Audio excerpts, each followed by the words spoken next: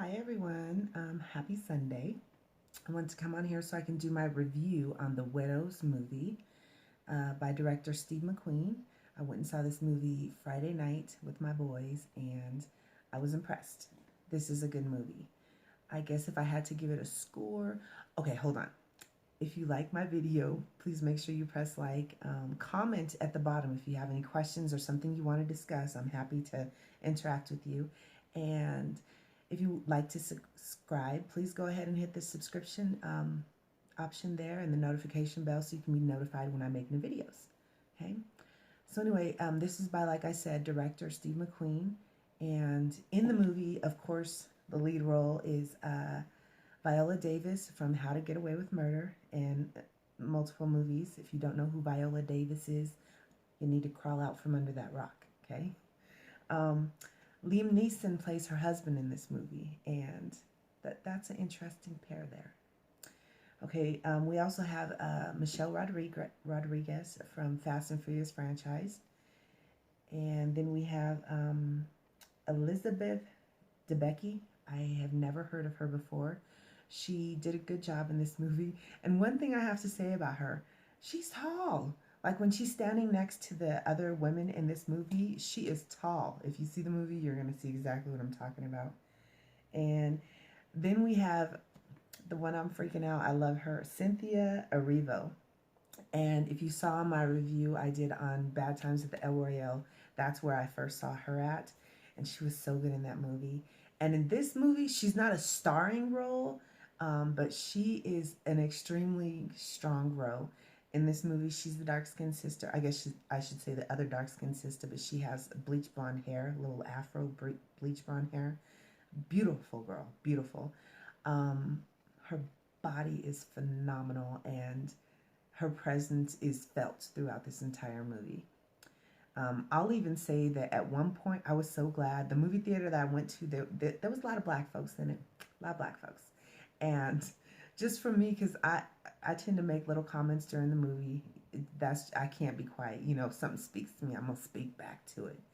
And I had people around me the same who were like-minded. Okay, and there was one particular point in this movie where Cynthia Erivo, her character, she's mm, she's strutting like a sister, doing her thing, and you feel the need to speak back to her in that moment, and all of us black girls in the theater was giving it right back to her. Okay, so anyway, in this movie, the whole thing is, and by the way, there's no spoilers here. I'm not trying to spoil this for anyone since it just came out. Okay, so basically, this movie begins with four men who are the four husbands of the four, the four ladies in the movie, and they are robbers.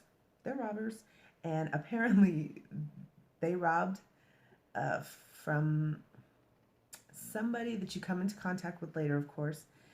But they stole about $2 million from this individual, and they're getting away during the robbery. There's a police chase, and the police end up basically exploding the vehicle that they're in. So they all die, okay, leaving four widows. And the guys that they stole the money from, that guy ends up going to find Viola Davis because he's not having it basically, and he's putting this debt now on her, basically giving her, I think it was like a 2-week time frame to where you have to do this or else. And being the crooked business that this gentleman is involved in, you could guess what that or else means. So anyway, Viola is trying to figure out what she's going to do, and she ends up contacting basically the other widows here because why should she be left alone with this whole debt to herself? So basically, she's trying to have them do a job to make this money, and she's involving them because one, yes, they can help her pay off the debt they owe, but two, it allows them all to get money because now that their husbands are gone, these women are all basically left penniless. Some with kids, businesses, what have you, but they have no money because their men were the breadwinners. So anyway, she brings it to them, and it's the entire movie consists of them working together, getting to know each other, by the way, uh, kind of being there for each other along the way, forming some type of bond, basically, being that they're in this crazy situation and having to work their way out of it together. There's a whole lot more that takes place in the movie.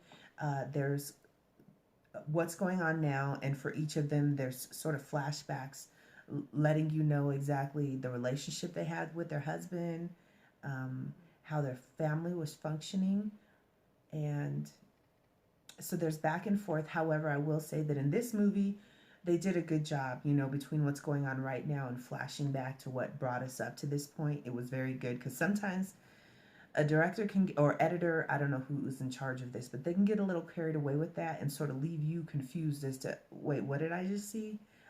You are very easily able to follow this along in the movie. And another character that is in there is Colin Farrell. I hope that's his. Oh my gosh, is that his name? Anyway, he plays a politician in there, and his father is, I think it's Robert Duvall plays his father, and this entire movie shows you basically how the political aspect is sort of involved with the the bad guy basically that they owe this $2 million to.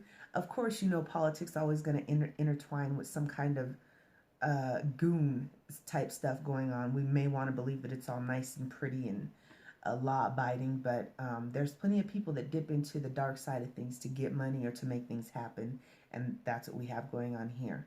So, without ruining this for you, I believe I would give this movie probably a solid 8. It was a great story, very well acted by everyone who brought their roles to the plate here. It's not a predictable ending, which I love. You can't immediately tell what's going on here, and know exactly where they're going to end up at, and I appreciate that definitely. So yeah, I would give this an 8, and I would highly recommend that you see it. This is definitely a woman empowerment movie because you get to see, as usual, we run this. We run it. Basically, these men died and left off, in a job that they were taking care of, and they left a huge responsibility to the widows here. And we come through. Women, we do it. Okay. So it's a great empowering movie, and there is some fighting that goes on here. There's some violence. It's a thriller. It definitely is, and you should go see it while it's in theaters. This movie definitely deserves your attention and your money.